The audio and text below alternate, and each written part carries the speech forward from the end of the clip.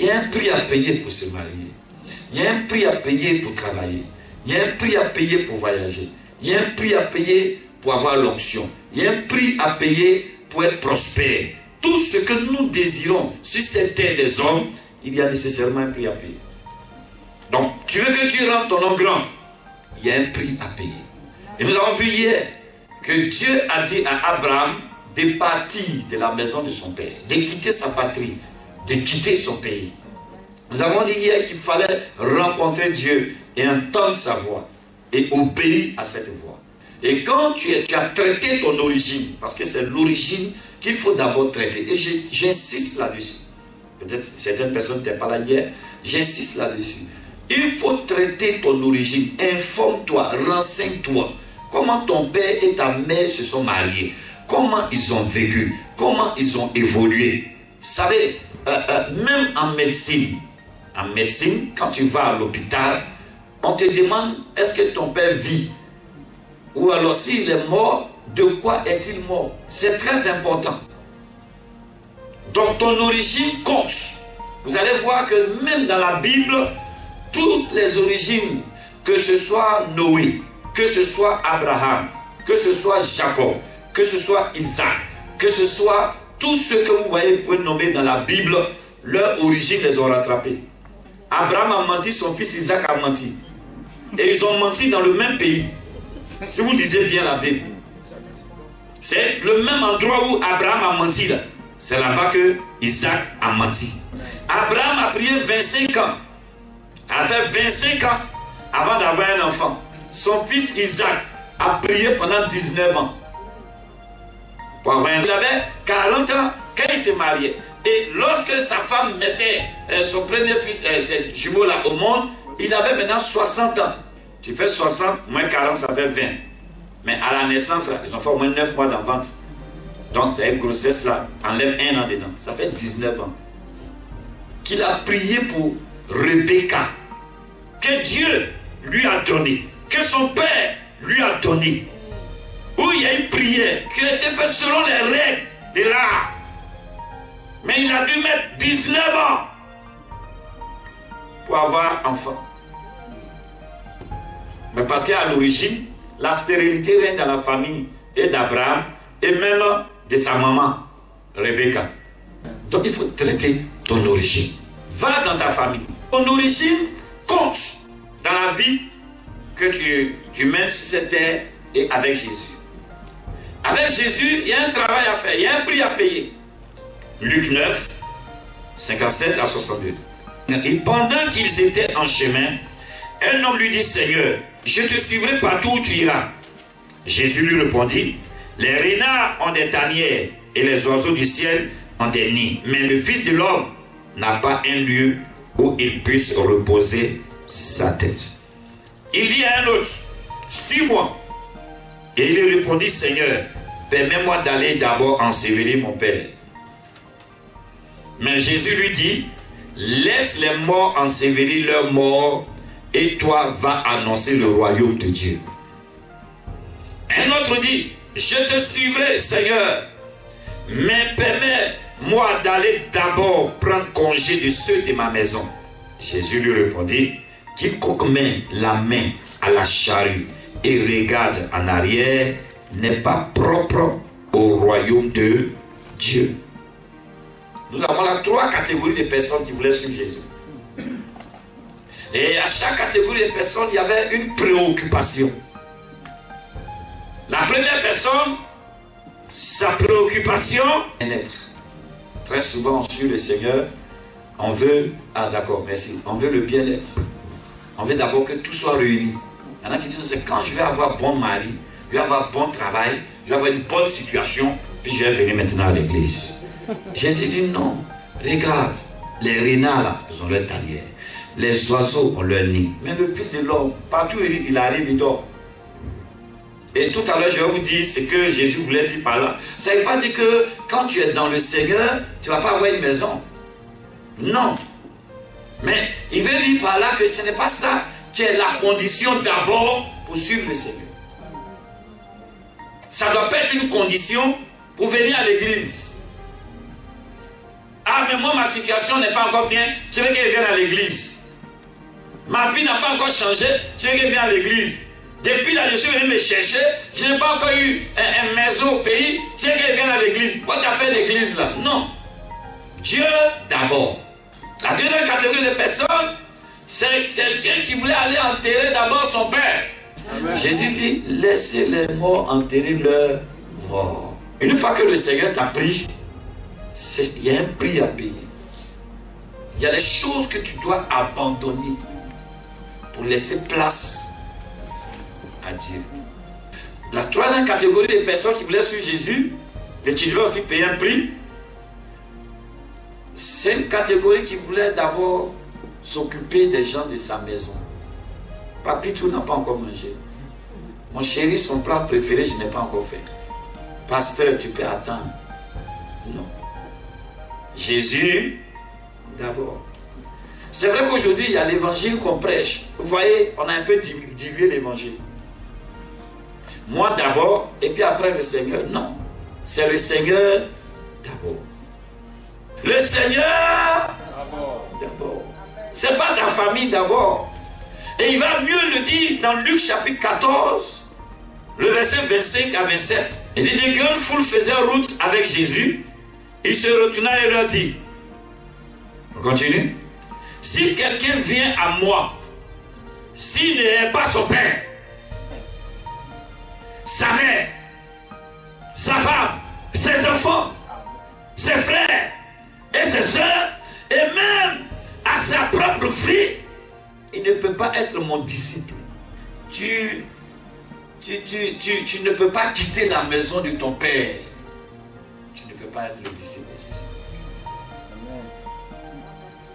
Quand il dit s'il ne peut pas, il n'est pas son père, ça ne veut pas dire que tu vas venir faire par là, ben ton père. Non, ce n'est pas de ça qu'il est question.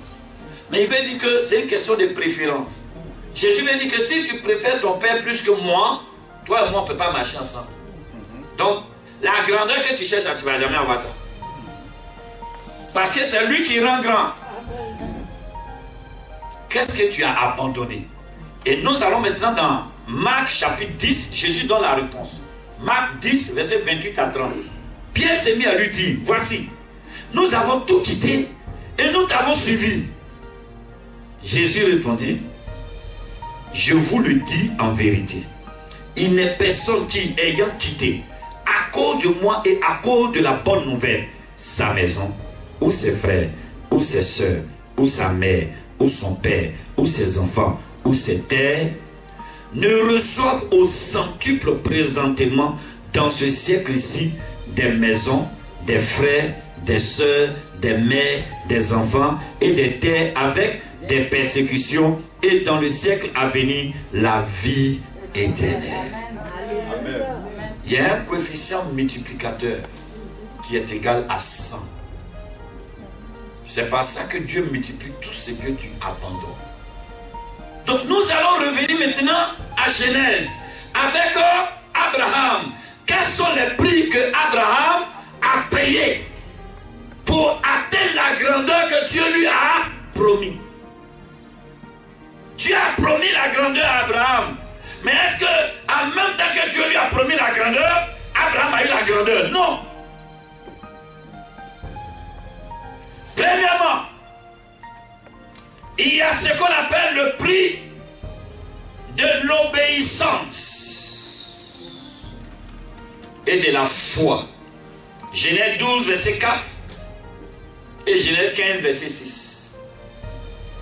Le prix de l'obéissance. Obéir, ce n'est pas facile. Il y a un prix à payer pour obéir. Il faut de la détermination pour obéir. Il faut du courage pour obéir. Il faut de la foi pour obéir. Il y a un prix à payer. La Bible dit dans Genèse 12, verset 4, Abraham partit comme l'Éternel de lui avait dit. Et l'autre partit avec lui. Abraham était âgé de 75 ans lorsqu'il sortit de Charan. Abraham partit comme l'Éternel de lui avait dit. Abraham ne savait pas où il partait. Parce que Dieu lui dit, un endroit que je te montrerai. Aïe. Donc Abraham ne sait pas où il partait, mais il a pris la route quand même. Et je m'en vais te dire que Dieu t'attend toujours là où il t'envoie. Vous allez voir dans la suite que la Bible dit que l'Éternel apparut à Abraham. Vous voyez? L'Éternel apparut à Abraham. Pourquoi Dieu apparaît à Abraham? Parce que Abraham a payé le prix. Il a obéi. Il y a des moments où Dieu ne te parle plus parce que tu es devenu rebelle. Dieu ne se révèle plus à toi parce que tu es devenu rebelle. Tu n'écoutes plus sa voix. Tu n'entends pas sa voix. C'est pour ça que c'est très important même d'enseigner à nos fidèles comment entendre la voix de Dieu. Comment entendre la voix de Dieu? C'est quoi la voix de Dieu? Ben, si tu ne sais pas, Dieu va te parler, tu ne vas jamais obéir. Genèse 15, verset 6. Écoutez, il y a un prix à payer. Quand tu obéis, il faut avoir la foi. Amen. Garde la foi. Dis à ton voisin, garde la foi. Garde la foi. Dieu dit à Abraham, il lui dit, mais attends, ce n'est pas Eliezer et Dama qui sera ton fils. Ce n'est pas lui qui sera ton héritier. Il ne craint point. Aie confiance en moi. Ta récompense sera très grande. Abraham dit, mais où est la récompense là? Abraham venait de vaincre les ennemis. Il venait de vaincre, je crois, 5 à 4, 4 à 5 rois. Il venait de remporter la victoire. Abraham dort. Il dit, mais tous ces combats que je gagne là même, je gagne quoi? Je n'ai même pas de fils. J'ai fait parler à cause d'un neveu qui ne me respecte même pas. Abraham dit à Dieu, mais je gagne quoi? Dieu dit à Abraham, calme-toi, ta récompense sera très grande. Tu auras un fils qui va venir de Sarah. Ça a calmé Abraham. Dieu dit à Abraham, sors, va, regarde le ciel. Les étoiles que tu vois là, si tu peux compter, telle sera ta postérité. Telle sera ta postérité. Il y a les étoiles, hein? On dit c'est ça là qui sera ta postérité. Ah! Abraham dit, ok, je crois à Dieu. J'ai confiance en toi. Écoutez, il faut que vous arriviez dans la dimension de la dépendance totale à Dieu. Il y a deux types de pauvres. En grec, il y a le pauvre qu'on qualifie de pénès. C'est le type de pauvre qui peut gagner au moins un repas par jour. Il survit en fait. Mais il y a le type de pauvre qu'on qualifie de ptokos. Le ptokos, c'est le pauvre, il attend que l'aide de l'extérieur pour vivre.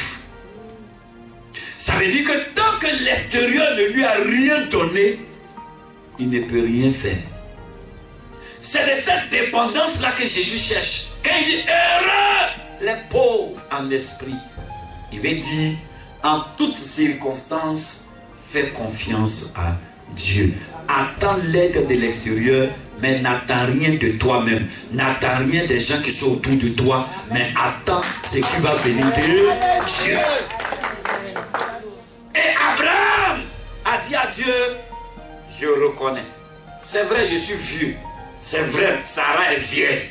Mais je compte sur toi. Je crois en toi. Si tu l'as dit, c'est que tu as les moyens de le réaliser.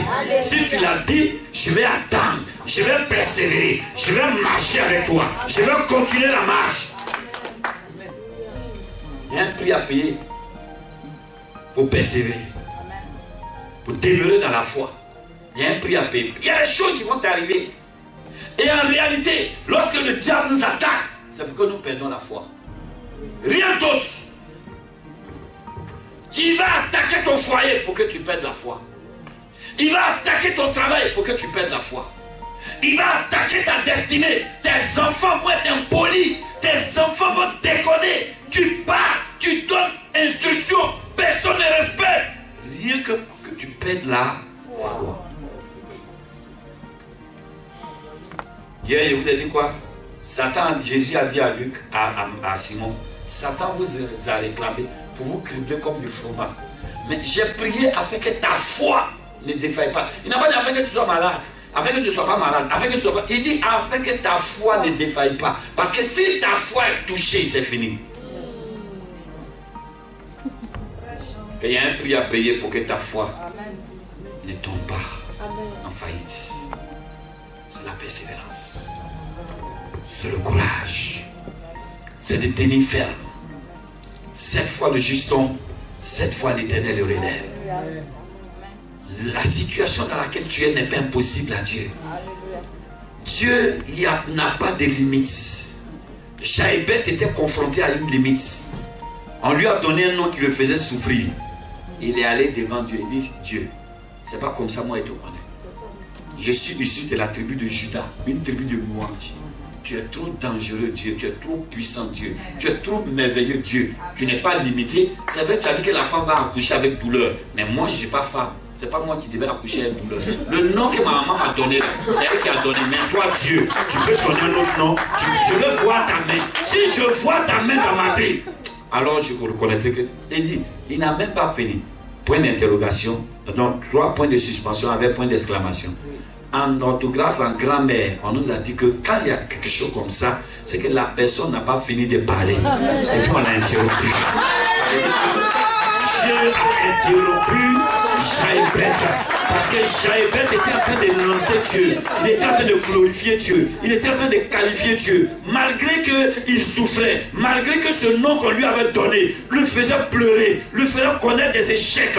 Mais quand il a commencé à glorifier Dieu, à adorer Dieu, à élever Dieu, Dieu dit stop, maintenant je te bénis là. C'est ça la foi. Il y a un prix à payer. Si tu n'as pas pleuré, tu ne seras jamais grand. Celui qui n'a jamais pleuré, il ne connaîtra pas la valeur du rire. Je parle à quelqu'un. Celui qui n'a jamais pleuré, il ne connaîtra pas la valeur du rire. Tu peux rire sans rire réellement. Mais il y a des gens qui rient et ils sont réellement en train de rire. Leur rire là, c'est réel. Mais toi, ton rire là, c'est un rire de tricherie. Mais nous, quand on rit, parce qu'hier on a pleuré. Quand on rit, parce qu'hier on a souffert. Quand on rit, parce qu'hier on nous a humiliés. Quand on rit, parce qu'hier on nous a blâmés. Quand on rit, parce qu'hier on a dit qu'on ne pouvait pas devenir quelqu'un. Quand on rit aujourd'hui, c'est parce qu'on sait où on est quitté et où on s'en va. Deuxième prix. Le prix de la séparation. Le prix de la séparation. Il y a des gens qui doivent payer le prix pour que vous vous séparez. Tu parles à quelqu'un? Amen. Il y a des gens, il te faut accepter la séparation. Et ceux-là, on les appelle les lots. Abraham marchait avec son neveu, un orphelin, habité et hanté par l'esprit de mort. Écoutez, les lots, ce sont des personnes qui sont avec toi. Ils croient en toi, hein, mais ils ne te respectent pas. Lot savait que c'était avec Abraham qu'il devait marcher. C'est lui qui avait la promesse. C'est lui qui avait la révélation. C'est lui qui avait l'héritage. C'est lui qui avait la clé. Les lots, c'est qu'ils sont pauvres qui te respectent. Mais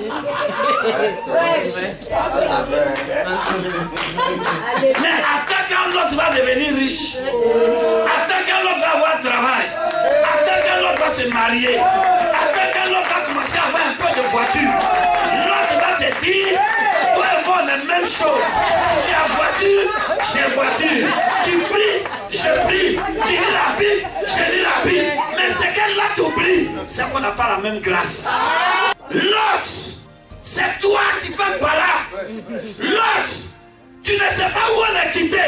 L'autre, quand ton grand-père est mort, à qui il t'a laissé? L'autre. L'autre, c'est à moi qui fais ça. L'autre, quand tu n'avais rien, je priais pour toi. Quand je te donnais les révélations, quand je te disais que tu allais devenir ceci, quand j'ai prophétisé que tu vas réussir, tu as oublié ça à l'autre. Mais le prix de la séparation là, tu dois supporter. Amen. Accepte que l'autre parte. Amen. Accepte que l'autre te quitte. Et si lui-même ne veut pas partir, il faut lui dire l'autre, viens en parler. Là où on est arrivé là, soit on marche des mêmes pas, soit on se sépare. Les autres, c'est des personnes qui vous empêchent de voir votre destinée. C'est les personnes qui vous empêchent de réaliser ce que Dieu voulait que vous réalisiez. Les autres, c'est des personnes qui empêchent les gens de vous bénir. Les autres, c'est des gens qui font parler avec tout le monde autour de vous. Il faut te séparer. Abraham dit, bon, Lot, c'est vrai que je n'ai pas d'enfant. Vous savez, les Lot sont là à cause de votre handicap. Lot était avec Abraham parce qu'Abraham avait un handicap. Sa femme ne lui donnait pas d'enfant. Donc Abraham s'est dit, c'est mon neveu, lui au moins il peut être mon héritier. Lui au moins je peux compter sur lui. À cause de l'handicap, Abraham pardonnait. Abraham excusait les erreurs de l'autre, les déconnements de l'autre, les déviations de l'autre, les dérives de l'autre. Un bon matin, Abraham dit, bon, il y a un prix à payer. Je vais payer le prix. Il dit, petit, viens. Aujourd'hui, on va se séparer. Toi, comme maintenant tu as l'argent, maintenant tu as brebis, maintenant tu es berger. Toi aussi tu as des bergers, moi aussi j'ai des bergers. On est devenus collègues. L'autre, si tu prends à gauche, moi je prends à droite. Si tu prends à droite, moi je prends à gauche. L'autre a regardé les plaines. L'autre, c'est des gens qui vivent dans la chair. Amen. Ils ne sont pas spirituels. Ils ne savent pas qu'on souffre pour réussir. Et ils ne savent pas apprendre ce qu'on appelle l'humilité. Ils ne savent pas que c'est celui qui sert qui est grand. L'autre, c'est ceux qui ne peuvent pas te servir dans le ministère. Ils ne sont pas prêts à te servir. Ils ne sont pas prêts à se soumettre. Ils te tiennent tête. Pardon, prends ta route. L'autre a regardé plaine. Il s'est engagé dans la plaine. Mais il ne sait pas qu'il y a danger là-bas. Qui est avec moi en danger? On ne quitte pas une autorité comme ça. Je parle à quelqu'un. On ne quitte pas un père comme ça. On ne quitte pas quelqu'un qui prie pour toi comme ça. Amen. Il y a une façon. Il y a le respect. Il a payé un prix pour que tu sois là. Dans le système théologique, Agar c'est la chair. C'est l'alliance de la chair. Mais Agar te donnera Ismaël. Agar te donnera Ismaël. On ne marche pas avec les gens par émotion ni par sentiment. On ne choisit pas les amis par émotion ou bien par sentiment. Abraham a payé tous ses prix. Troisième prix à payer. C'est le prix du combat spirituel. Genèse 14, verset 14 à 16. Mais il y a un prix à payer. Il faut avoir le courage de prier pour l'autre qui est parti. Il reviendra. Alléluia.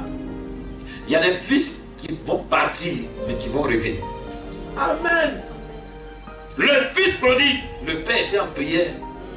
Ce qui montre que le père était en prière, quand il a vu le fils, c'est lui qui a couru pour aller vers le fils. Ça veut dire que c'était son désir. Lui, il était assis, tes yeux étaient sur la route. Il attendait un jour que cet enfant revienne. Amen. Pour éviter la honte de la maison, il a pu habiller, il a couvert. Mais les enfants, souvent, on couvre.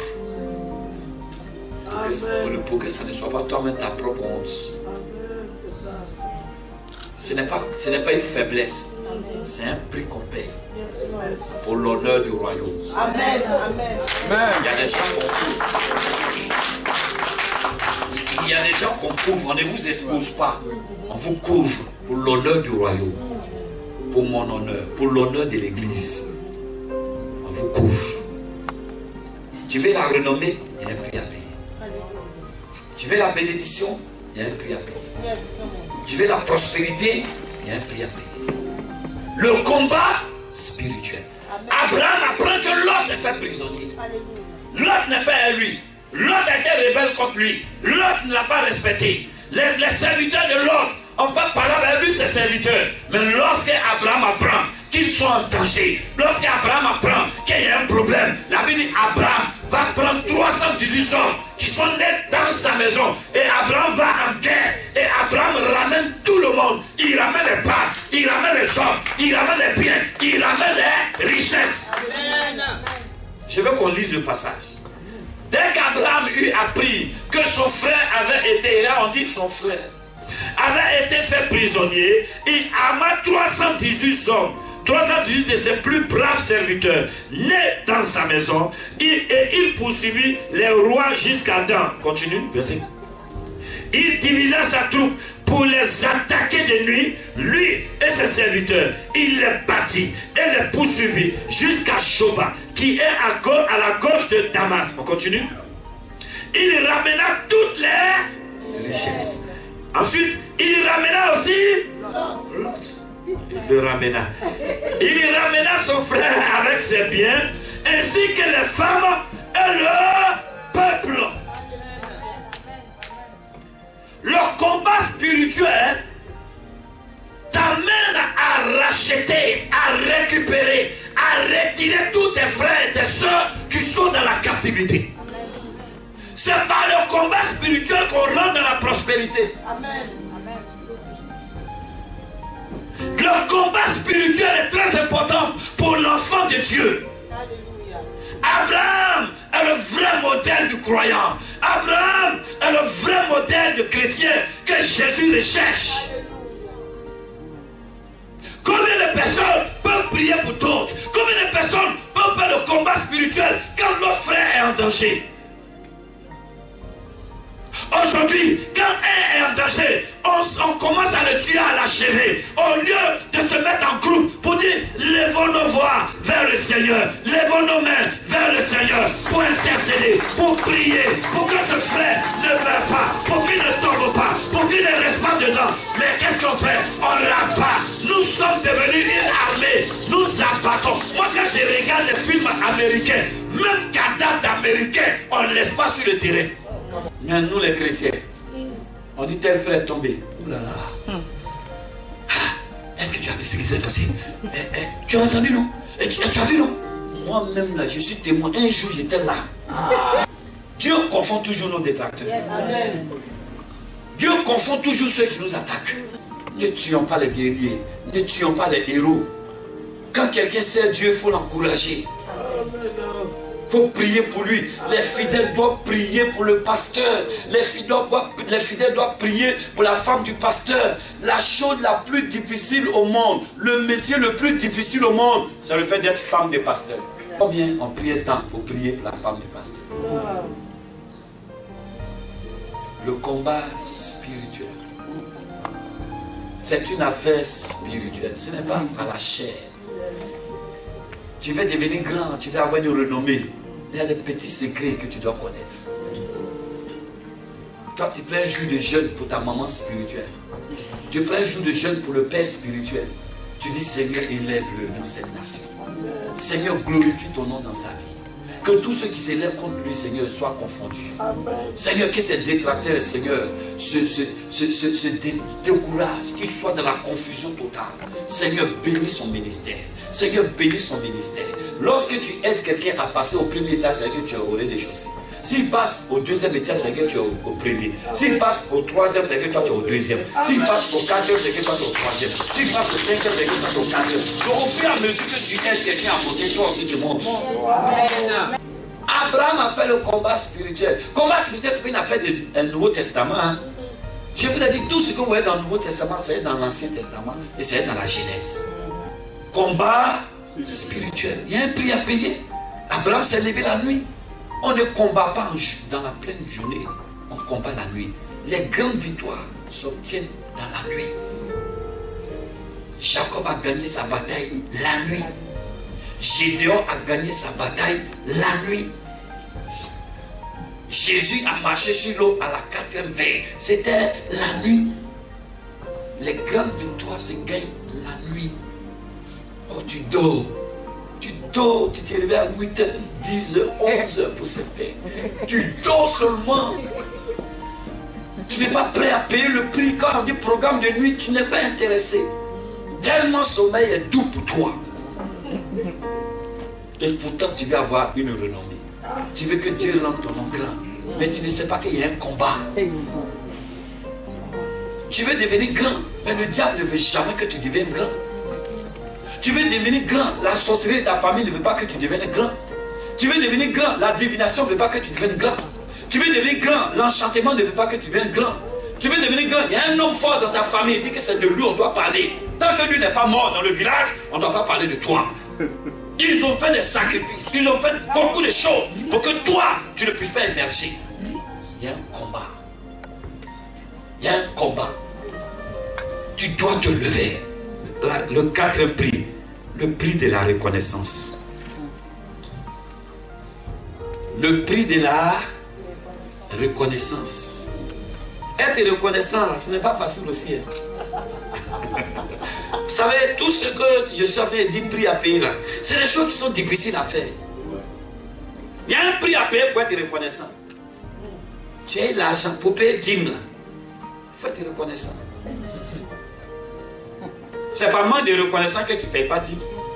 C'est l'argent là qui t'a donné. Tu penses que c'est toi? Il y a des gens qui ont diplôme dernier degré que toi qui n'ont pas ce travail. Tous ceux qui payent 10, c'est des gens qui ont remporté la bataille. La bataille sur le raisonnement. La bataille sur les murmures. La bataille sur l'avarice. La bataille sur la cupidité. Tant que tu n'as pas gagné ces différentes batailles, tu ne peux pas donner facilement à Dieu. Je parle à quelqu'un? À quel moment Abraham a payé 10? Il venait de remporter une guerre.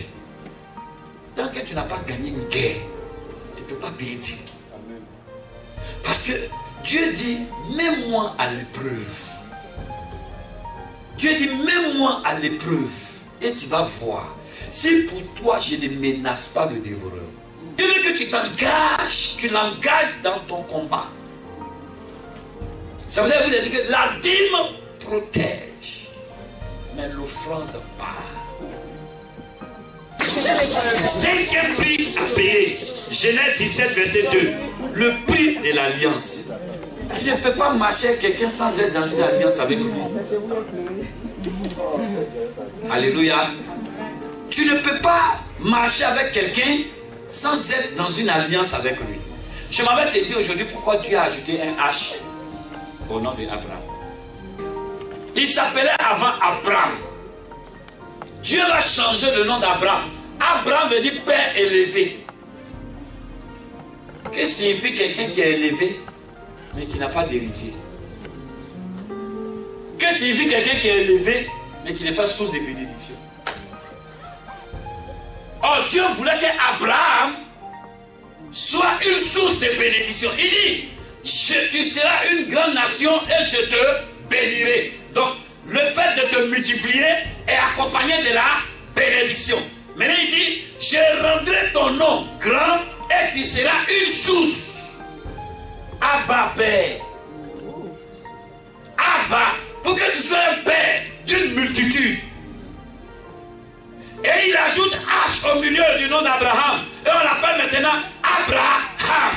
Donc Dieu met un H dans le nom d'Abraham pour que Abraham porte son nom. En ce moment-là, Abraham n'est plus le Abraham que nous voyons.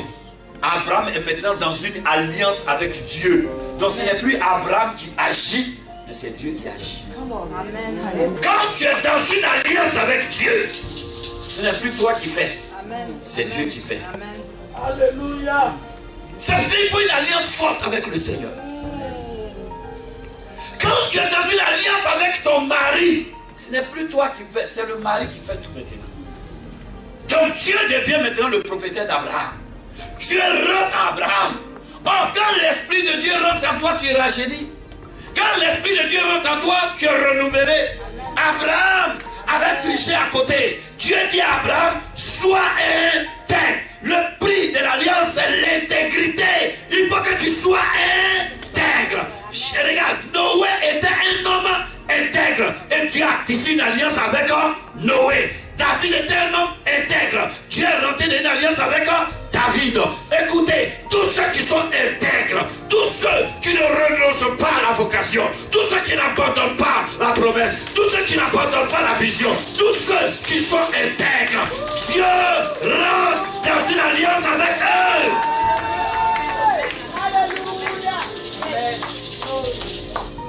Dieu veut rentrer dans une alliance avec toi. Ça ne sera pas toi qui vas rendre ton nom grand, mais c'est Dieu qui rend ton nom grand. Il dit je rendrai ton nom grand. Il n'a pas dit tu vas rendre ton nom grand. Aujourd'hui les hommes font des images pour rendre leurs photos, pour faire ceci, ils se donnent la grandeur. Mais quand tu les pèses, ils ne pèsent pas. Mais quand Dieu a pris quelqu'un, qui l'a transformé, qu'il s'est déposé en lui, qui lui a donné une alliance, quand Dieu l'élève, tout le monde est d'accord que celui-là est de Dieu.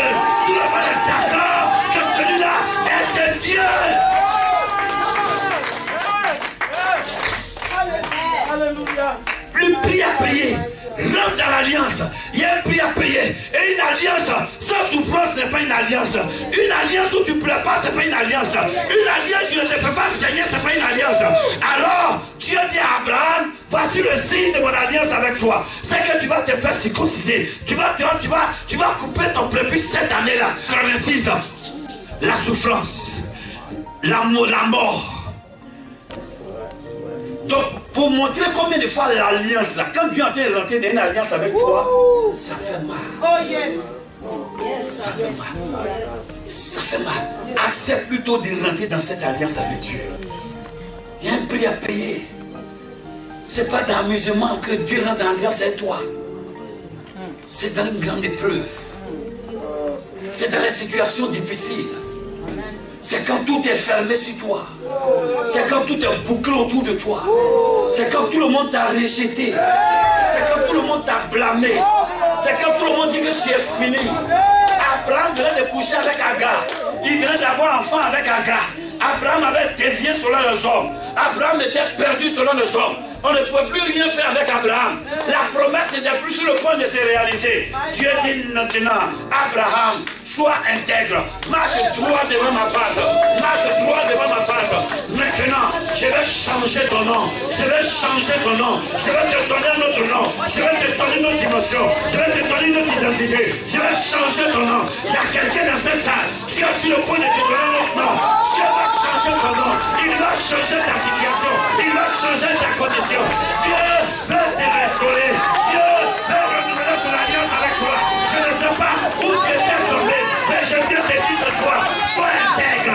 Lève-toi, relève-toi, réveille-toi. Je ne sais pas qui t'avait abandonné. Je ne sais pas qui t'avait humilié. Je ne sais pas qui t'avait rejeté. Je ne sais pas qui t'avait blâmé. Mais je viens te dire, lève-toi, car l'Éternel n'a pas encore parlé. Et ce soir, il vient parler sur ta vie. Il vient te dire, je suis avec toi. Ma vie, je suis avec toi. Mon fils, je suis avec toi. Mon frère, je suis avec toi. Église, je suis avec toi. Ils ont dit que c'était fini pour toi. Ils ont dit qu'il n'y a rien de bon à toi. Ils ont dit que tu es stérile. Ils ont dit que tu es chômeur. Ils ont dit que tu es célibataire. Mais je viens te dire, à cause de l'alliance de Dieu, à cause de cette alliance, à cause de quelqu'un qui est resté intègre, Dieu rentre dans ton territoire ce soir. J'ai dit, rentre en action ce soir. Et pendant que tu entends cette prédication, Dieu est en train de rentrer dans ta vie. Il est en train de changer les choses. Il est en train de changer ton entourage.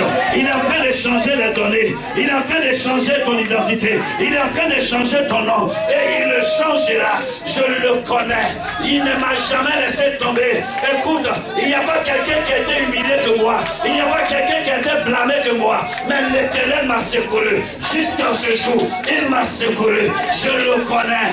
Je l'ai rencontré. C'était dans la difficulté. Je l'ai rencontré. C'était dans l'échec. Mais l'Éternel m'a pris. Il m'a restauré. Il m'a renouvelé. Je le connais. Il est le Dieu tout-puissant. Il n'abandonne pas. Il est le Dieu de miséricorde. Il ne t'abandonne pas. Il le connaît. Et il connaît tes faiblesses. Il connaît tes limites. Il connaît tout ce que tu traverses. Il connaît ce que les gens ont fait contre toi. Il connaît. Regarde, même tous ceux qui sont cachés, qui sont tapis dans l'ombre, qui t'attaquent. Dieu les voit. Dieu les voit. Dieu les voit. Dieu les voit. Il me dit de te dire ce soir qu'il y a une alliance. Il y a une alliance. Ils veulent rentrer dans une alliance avec toi. Ils veulent rentrer dans une alliance avec toi. Mais ce qui te demande, c'est ton intégrité. Ce qui te demande, c'est ton intégrité. Sois fidèle. Sois fidèle. Demeure à ton poste. Demeure à ta place. Et l'Éternel agira certainement. Le dernier point. Le prix de l'épreuve. Genèse 22, verset 1. Après ces choses, Dieu mit Abraham à l'épreuve et lui dit, Abraham, et il répondit, me voici. Dieu dit, prends ton fils, ton unique, celui que tu aimes, Isaac, va-t'en au pays de Morija et là offre-le en holocauste sur l'une des montagnes que je te dirai. L'épreuve. Il dit, après ces choses, et tous les prix que j'ai cités là, Dieu appelle ça chose. Quitter la maison de ton père là, Dieu appelle ça chose. Te séparer de l'autre là, Dieu appelle ça chose. Te séparer de Agar, Dieu appelle ça chose. Même changer ton nom là, Dieu appelle ça chose. Tu es allé combattre pour avoir la prospérité, Dieu appelle ça chose. Il reste une épreuve. L'épreuve.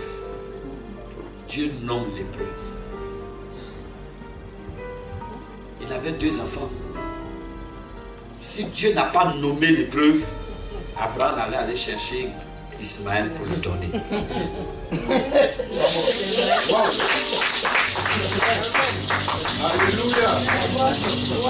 Il nomme l'épreuve. L'épreuve d'Abraham, c'est Isaac. Tu sais pourquoi c'est ça son épreuve? C'est ça qu'il a cherché depuis longtemps. C'est pour ça qu'il a payé tous les prix. C'est pour ça qu'Abraham a fait tous ses sacrifices. C'est pour ça qu'Abraham a reçu des anges chez lui à la maison. Abraham a retenu Dieu chez lui. Est-ce que vous savez ça? Parce que 3 personnes ont rendu visite à Abraham. 2 sont partis. Il y a un qui est resté. Celui qui est resté là, c'est Dieu lui-même en personne. Abraham a retenu Dieu chez lui à la maison. Tout ça parce qu'il cherchait un enfant qui va être son héritier. À partir de lui, il allait avoir une renommée. Il allait avoir une postérité. Telle sera ta postérité, c'était à partir d'Isaac.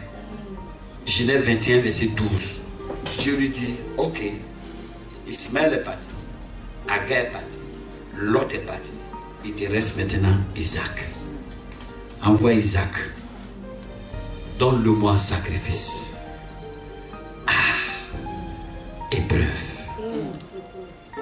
Est-ce que tu es prêt à donner? C'est pourquoi tu as tant lutté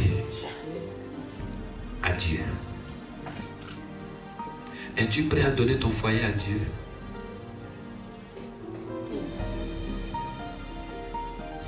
Beaucoup vont pas accepter. Es-tu prêt à donner ton travail à Dieu? C'est pour ça qu'il y a lu Matthieu, et puis Luc, pardon, Marc, et puis Luc au début. Hein. C'est là qu'ils sont en train de terminer. Qu'est-ce que tu donnes à Dieu pour que Dieu multiplie? Abraham ne dit pas à Sarah qu'il s'en donnait Isaac. C'est une épreuve, on ne dit pas à tout le monde.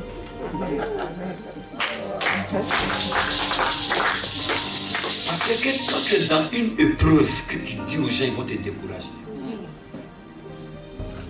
Il y a des choses que tu veux faire. Il ne faut pas demander l'avis de quelqu'un. Regarde, Sarah même n'allait pas accepter.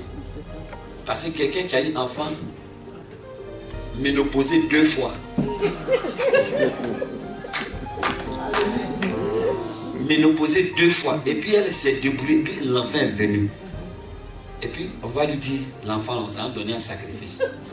Non, ce jour-là, c'est Abraham qui allait mourir. On connaît les femmes, non?